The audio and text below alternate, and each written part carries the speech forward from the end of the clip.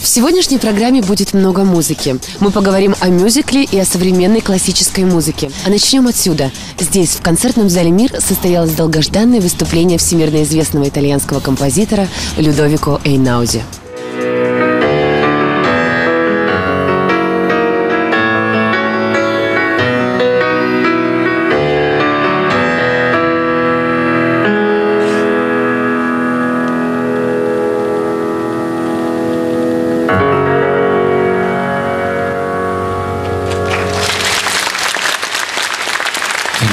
Спасибо.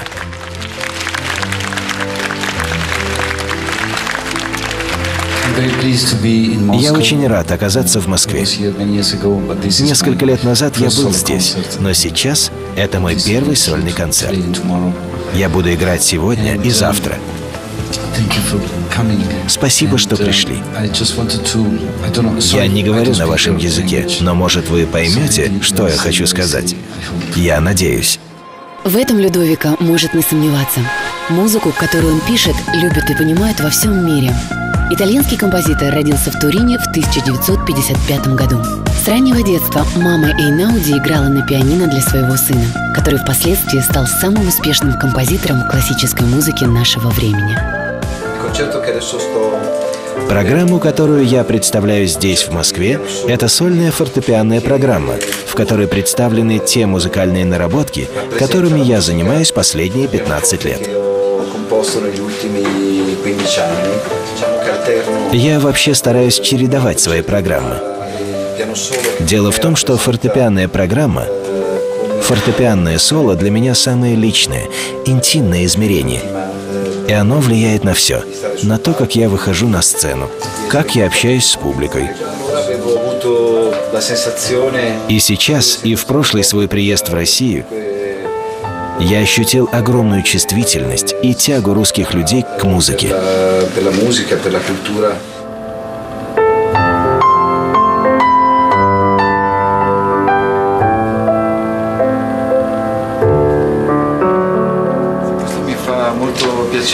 Я думаю, самое прекрасное в музыке – это то, что она пробуждает что-то в людях внутри.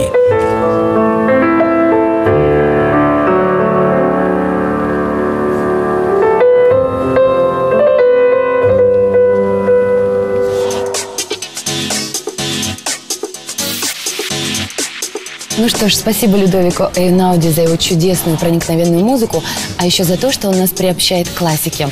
Ну а я приглашаю вас сюда, в театре на Серпуховке, послушать музыку, но только совсем иную. Сегодня здесь состоялась премьера обновленного мюзикла «Любовь и шпионаж». Жалкая река.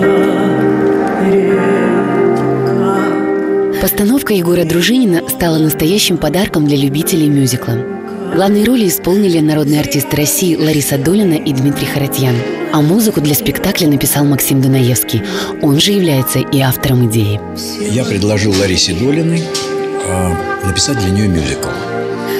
Считаю, что ее голос лучший в России голос, вокально самый лучший голос, и что пора ей уже подумать о более серьезных вещах, чем просто крутиться на эстраде. Вот, я ей это сказал. Она это восприняла очень хорошо, потому что она любит и мюзикл, и джаз, и все это как-то совсем в другую сторону. И кроме того, это интересно, потому что она никогда не выступала в роли актрисы.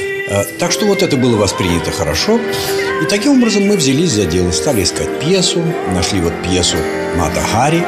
Вернее, не пьесу Мата Хари, сначала была идея о Мата Хари, которую сама Долина предложила. Может быть, что-то о Мата Хари было бы интересно. Я стал искать и нашел пьесу. И вот из этой пьесы мы сделали, Николай Денисов сделал либретто, написал стихи. И в результате появился на свет этот мюзикл. Спектакль мы сделали хороший. И в той версии, в которой он был первоначально сделан, и в той версии, которую мы пытаемся сделать сейчас. Потому что главное это не его версии, не то, как мы сыграем, а то, что мы играем.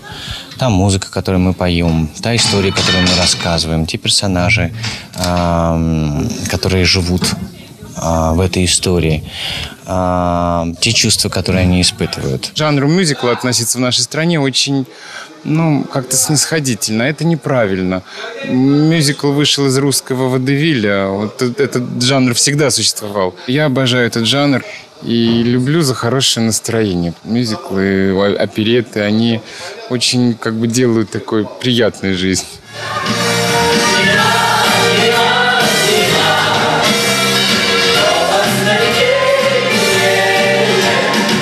Следует отметить, что этот спектакль будет доступен не только московской публике. Обновленный мюзикл планирует отправиться в гастрольный тур по городам России. И вам представится возможность познакомиться с историей жизни одной из самых загадочных женщин – шпионки Маты Хари.